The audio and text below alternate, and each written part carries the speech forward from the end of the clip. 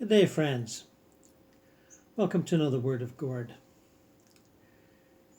Average Folks in the Afterlife. We're continuing on with that.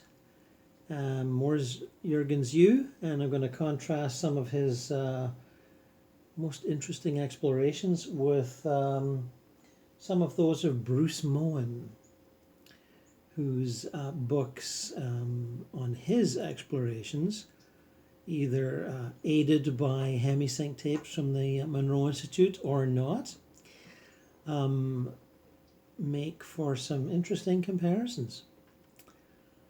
And we'll head right into it, as there's quite a bit of ground to cover, as they say. Non physical ground, but ground. We'll just dive right into one of Jürgen's experiences without the introductory, stuff. From Vistas of Infinity. Instantly my curiosity took hold and hijacked my original intent. I remembered the clipboard and that I was here to scout afterlife conditions. I was faced with gangways of intricate and luminous patterns branching off into different directions, each one a different design, colour, pattern and sensation. It was the strange atmospheres most of all that compelled me to take note, because there was nothing I could compare them with. Each chamber or hallway I walked through was a very distinctive environment, totally different from the next one. I soon discovered that I had entered a series of fantastic dream worlds, manifesting emotional feelings with their own unique textures and designs, clearly communicating what these feelings were made of, though none of which were of my own creation. With great curiosity, I wondered whether it was possible to enter the dream environments of other sleeping people. The surreal quality of the environments being littered with the most fantastical creations made me consider the fact that I might have accidentally entered some kind of dream sphere which had granted me access to the innermost consciousness of other people who were blissfully asleep and completely unaware of my intrusion. My rational thinking was headed towards the idea that this time of morning was probably for many the most active phase of dreaming, entering the REM phase of dream activity. I might have simply fallen into some kind of dream sphere surrounding our globe, which might form a dimension in its own right. I was fascinated by this prospect and eager to investigate. Unfortunately, the surreal reality of these chambers soon became like the labyrinth of a gigantic sponge. No sooner had I left one dream chamber when I got trapped in another one. I soon decided it was time to move out of this maze, but I couldn't see any way out other than terminating the experience by returning to physical awareness. I considered this option to be a reckless waste of opportunity and decided to call for an assistant instead. Immediately I shouted out, "I need a guide to get me out of here and help me enter the higher dimensions." No sooner had this request left me when a tall, slim man in his 40s with slightly curly and dark blonde hair, clearly European of my own culture, appeared right before me, bearing a broad grin on his face. "You called," he said with a tinge of sarcasm, as if he had been a waiting genie answering to his master. This sent a smile to my face. There was something about him I felt I could trust completely. His whole demeanour was very friendly and he radiated empathy and humour. Without further ado, almost naturally regarding him as my magic servant whom I had summoned from my lamp and whose sole purpose was to pander to my requests, I asked him that he should kindly take me out of this place and escort me into a higher, more spiritual dimension. At this he burst out laughing, which was so infectious that I too started to laugh at the frivolity of my request. "I will help you," he said, "but not yet. There is a reason why you are here, and I want to show you a few things first."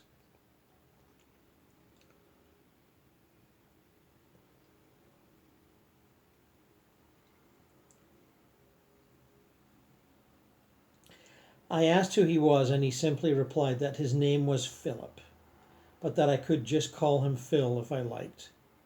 I had rather expected him to reveal to me that he was my spiritual guide, here to assist me to reach the higher states of consciousness.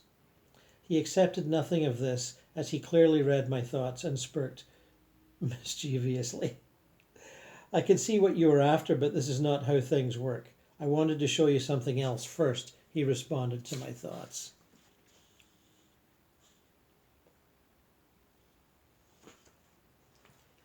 With that, he ushered me through a number of chambers, very much of the kind I had hoped to escape from. He told me that some of the people who arrive here had actually died during their sleep or during a long illness. I want you to watch this.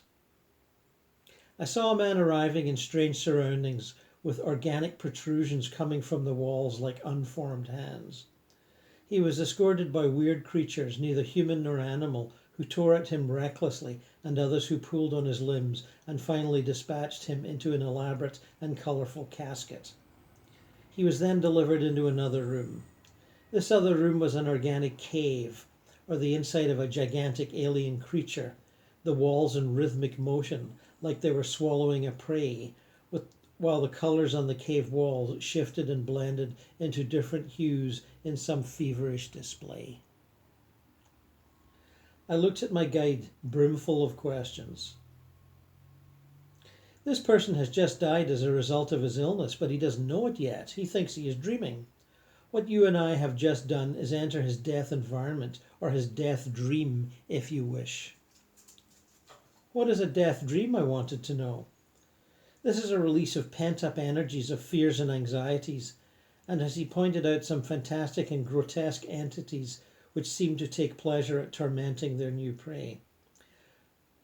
For some new arrivals, this is a bit of a nightmare, especially if they have fought hard to stay alive, mainly because they had a lot of unresolved issues from their life and were desperate to sort them out and finding it hard to let go. What you are witnessing is their inability to let go, and you are seeing it from the other side of their struggle.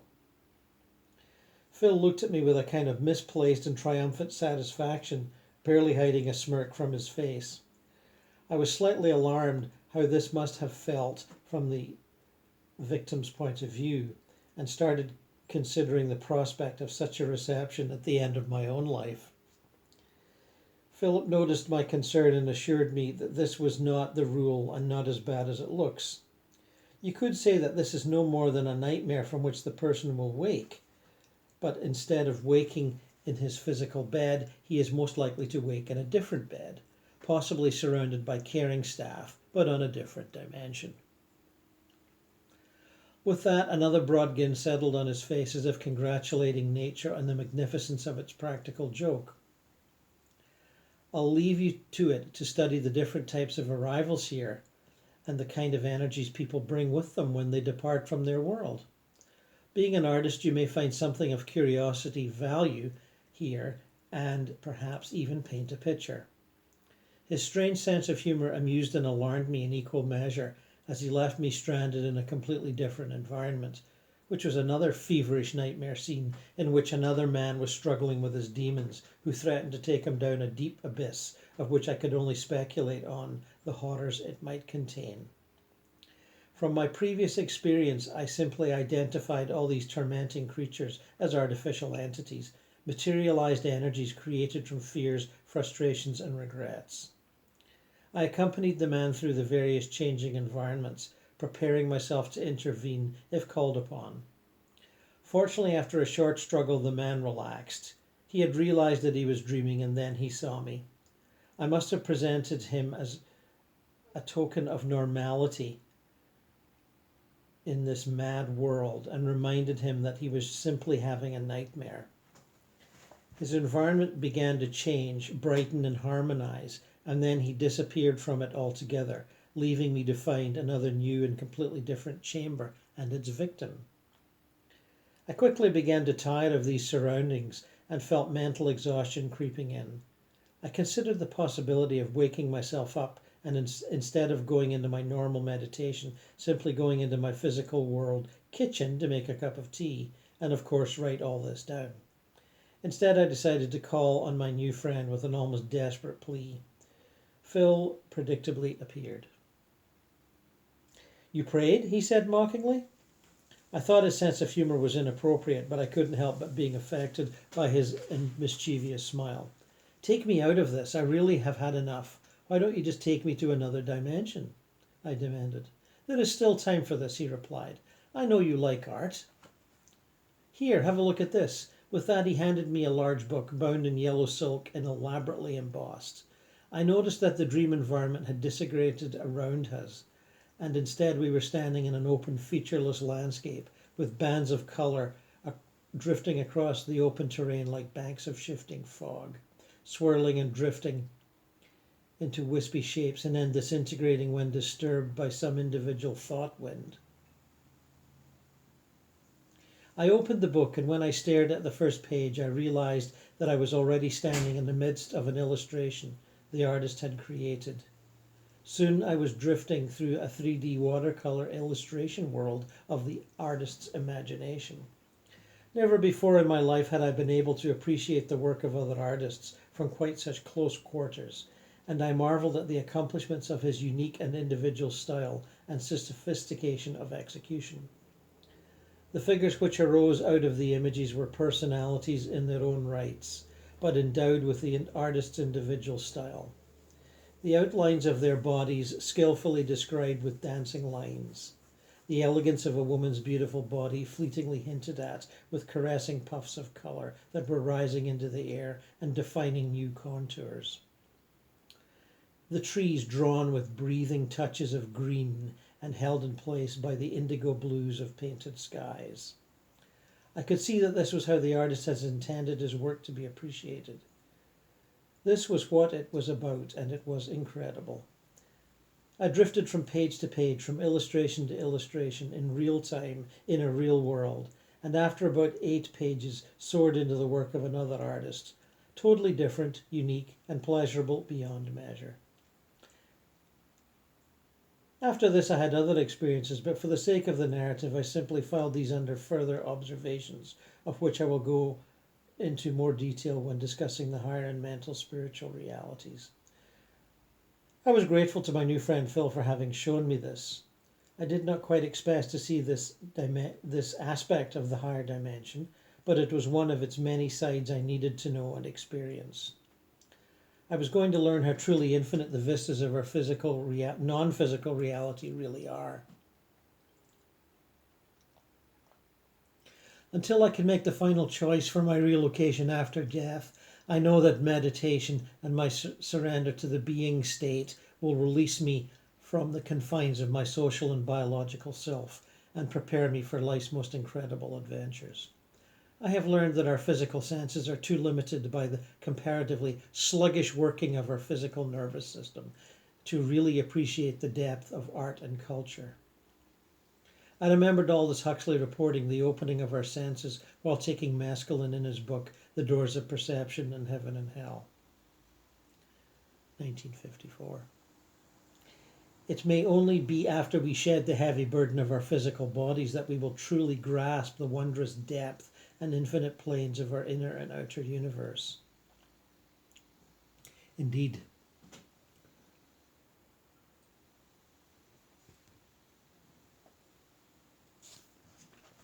Next section, healing and learning places.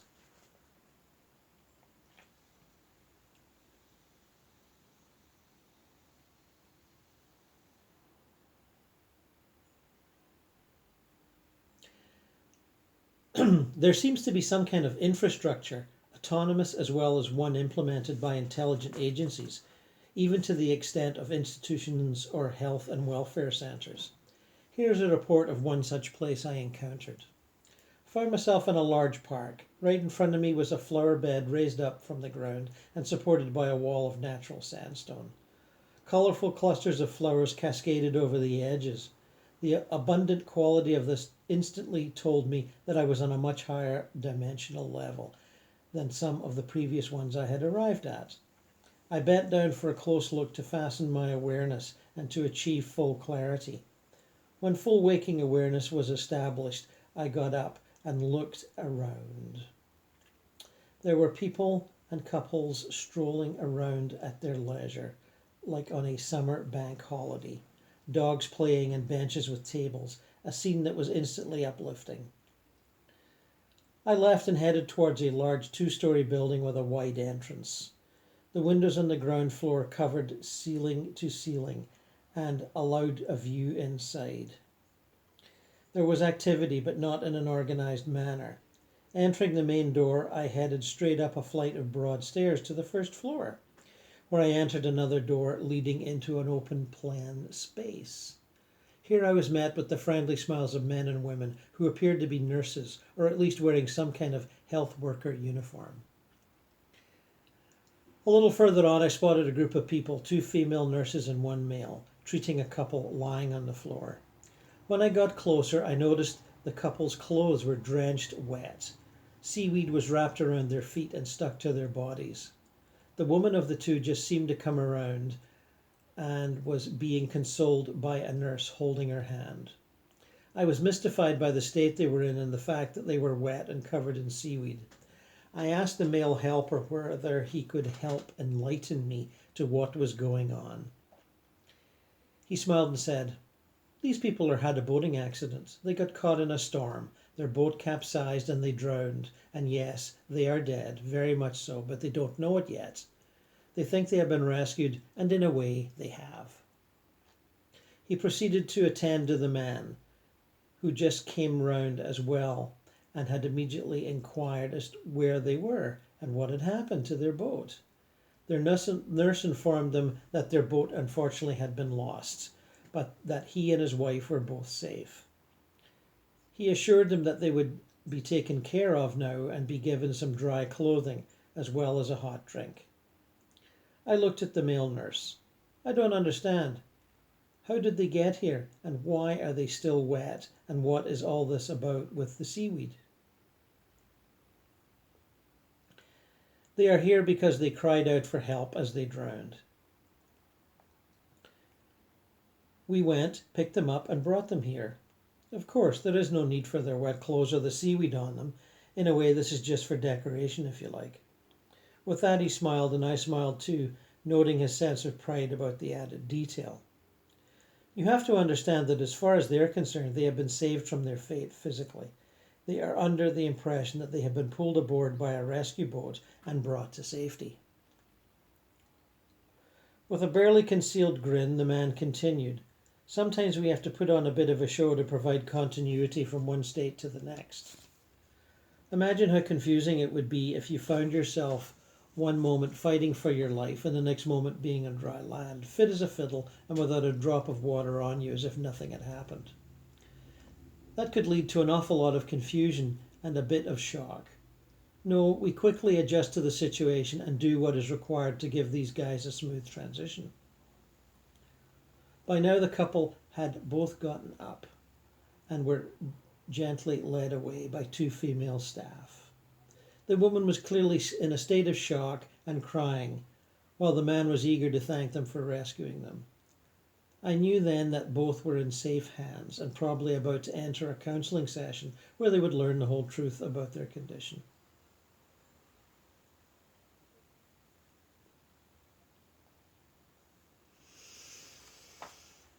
Of course, I'm stopping in the middle there because I'm going to move on for a comparison with Bruce Moen from his book Voyages into the Afterlife, Charting Unknown Territory.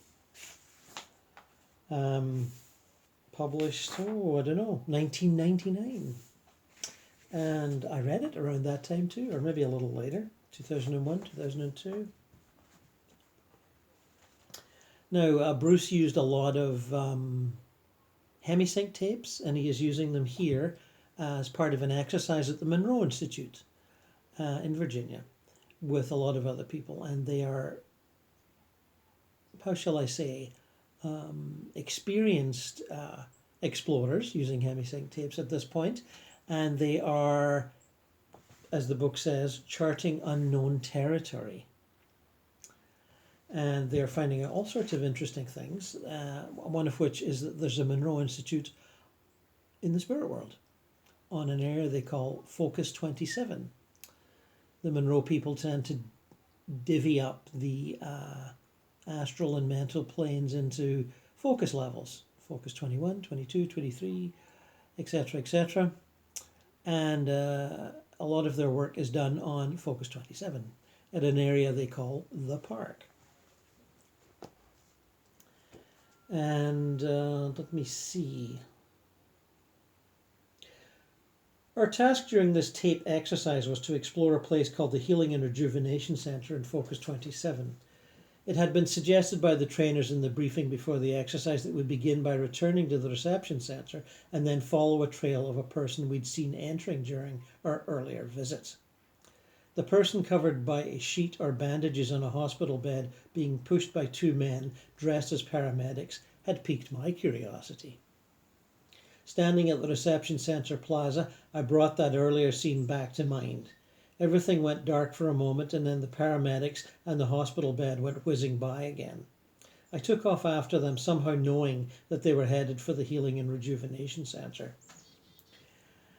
At the end of the plaza, everything went black again, and then I found myself standing in what looked like a surgical amphitheatre.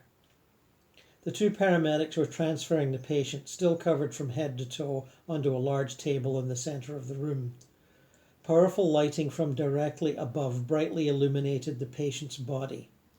I could see an amphitheatre gallery with at least 6 rows of seats arranged in a semicircle. The first row was about 8 feet off the floor at the top of a semicircular wall surrounding the table. The rest of the rows were above and behind, arranged like steep stairs.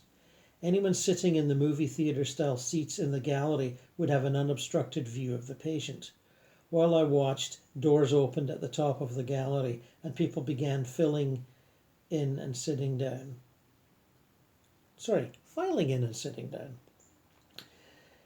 Then a door opened near the table and a man dressed like a surgeon stepped into the room and moved next to it. I felt the presence of a tour guide move up behind me, and she quietly began explaining what I was about to see. Tour guides, yes, they're very helpful. The patient is a burn victim. He lived a few agonizing hours after sustaining third-degree burns over his entire body. The paramedics you saw were a couple of helpers who managed to get his attention in Focus 23 and bring him here. They repeatedly bumped into his bed and got him to respond to their presence when he complained of the pain it caused him. How long ago did he die? Just a few days ago, but the procedure would be the same no matter when the death actually occurred. The helpers were able to get him to understand they wanted to take him to a place where he would be healed, and they would made a big deal out of giving him a shot to relieve his pain. That's what really killed him. He couldn't stand the pain anymore, so he chose to die. They gave him a shot? Yes, helpers can be most convincing actors, capable of doing almost anything a person is willing to believe. Their offer of medication guaranteed to make all his pain go away was just what the patient wanted. So it was easy for him to believe that's what they gave him. Then, once the pain was gone, they transported him here for treatment. The doctor near the table bent down close to the patient's face and spoke just loudly enough that I could hear him. I'm the doctor. You have your choice of being completely healed, scar-free, over a period of time, or instantly, he said to the patient. Which would you prefer? The doctor inquired in a voice of authority. Instantly, of course, the patient responded laughingly, thinking this must be some kind of joke.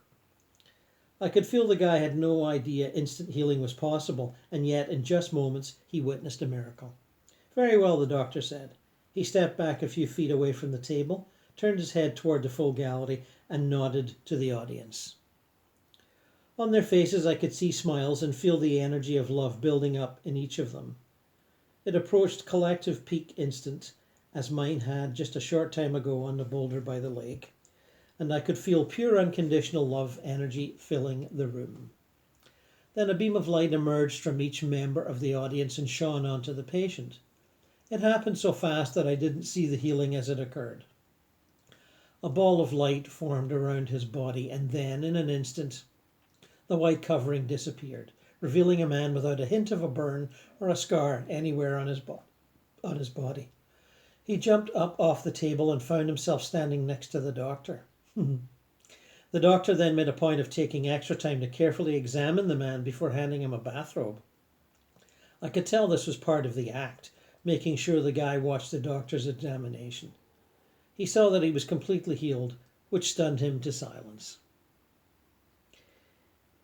He still needs a little time to convalesce, I heard my tour guide say. Why is that? He hasn't quite accepted or understood that he is dead, but by accepting the instant healing route, the worst part is over, and now he'll just need to adjust to the reality of his existence in the afterlife. Some patients opt for slow healing. Some can't believe anything else is possible. It's what they expect, so it's how they're treated. You've seen it happen before. You wrote about it in your second book, but you didn't recognize it as such. This is his third book. I did. I wrote about it before being here. I don't remember being here, much less writing about it. Remember George's afterlife recuperation, my tour guide asked? George's son Tom asked you to check on his father shortly after he died. My face must have still looked as blank as my mind felt. The first time you came to check on George, you found him in a hospital bed sleeping. There was a woman you correctly identified as George's mother sitting at the bedside. That hospital room I found George in was here, in the Healing and Rejuvenation Centre in Focus 27. That's right. George had had a long battle with the disease that killed him. At first he fought it, believing he'd beat the odds, get well and go home. As his disease progressed, he gave up hope and was just waiting to die. George was unconscious when he died, so when he regained consciousness, as far as he knew, he was still alive and waiting to die. He's an example of someone who was treated using a slower technique. His healing could only proceed at the pace he was consciously willing to accept. It took months before he changed his mind and decided he was going to regain his health and leave the hospital. You remember, he still believed he was physically alive, and the last time you saw him he was just beginning to think otherwise? His realization and acceptance to the contrary were a long, slow process. This is amazing. I've been visiting more of Focus 27 than I knew existed. You were still pretty heavily into your training via retrievals and carried quite a bit of doubt about the reality of the afterlife at the time. Just like George, it took you time for your realization and acceptance. Yeah, it took me about 3 years to accept it. Hey, at least you got to that point. Our job here would be a lot easier if more people reached that acceptance before they arrived. The completely healed burn victim had left the room and a new patient was wheeled in. This one appeared to be a healthy man in his late 30s who was lying on his back sleeping. This man's been in our comatose ward for a very long time. He was taught as a child that when he died he'd just go to sleep forever. That belief has kept him like this for over a century. Recently, attendants on the ward noticed some coherence in his dream patterns. After he died, he could accept that dreams were possible as they fit in with his belief about going to sleep forever. And now we are going to attempt to bring him out of his coma using the coherence in his dreams. This isn't the first time we've attempted to bring him out of it, but it's the first time we'll use this specific technique on him. Once the man was on the table, the scene in the room changed to a forest setting. It was a bright, sunny day, and the man was lying naked on his back on a picnic basket. Sorry, on a picnic blanket. A gorgeous woman, also naked, walked over to him where he was lying and gently sat down on top of him. My face must have flushed red as I turned my head away from the scene. It's all right, Bruce. What you're about to see has very little to do with sex, except as a means of expressing pure unconditional love energy. I encourage you to watch and perhaps you'll learn something about the power of love. I did as the tour guide suggested, but still felt a little uncomfortable about watching the scene.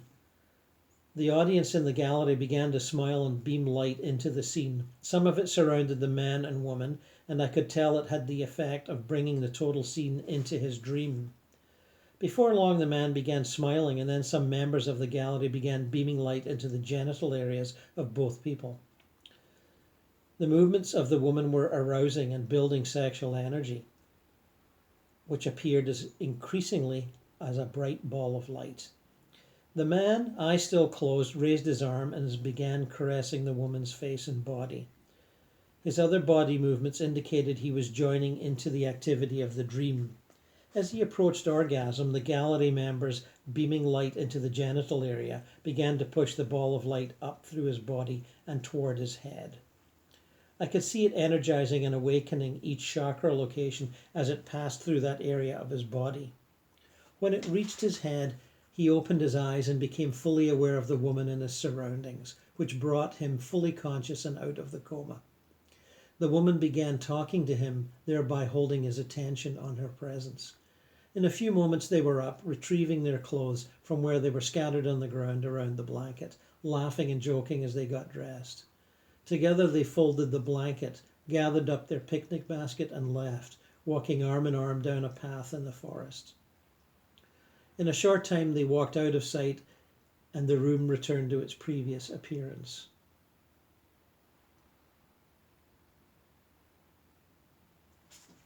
Well, that's certainly arousing, isn't it? You can see a lot of the work done in the astral is tailored to fit the either conscious or unconscious expectations and belief systems of the quote-unquote patients in transition.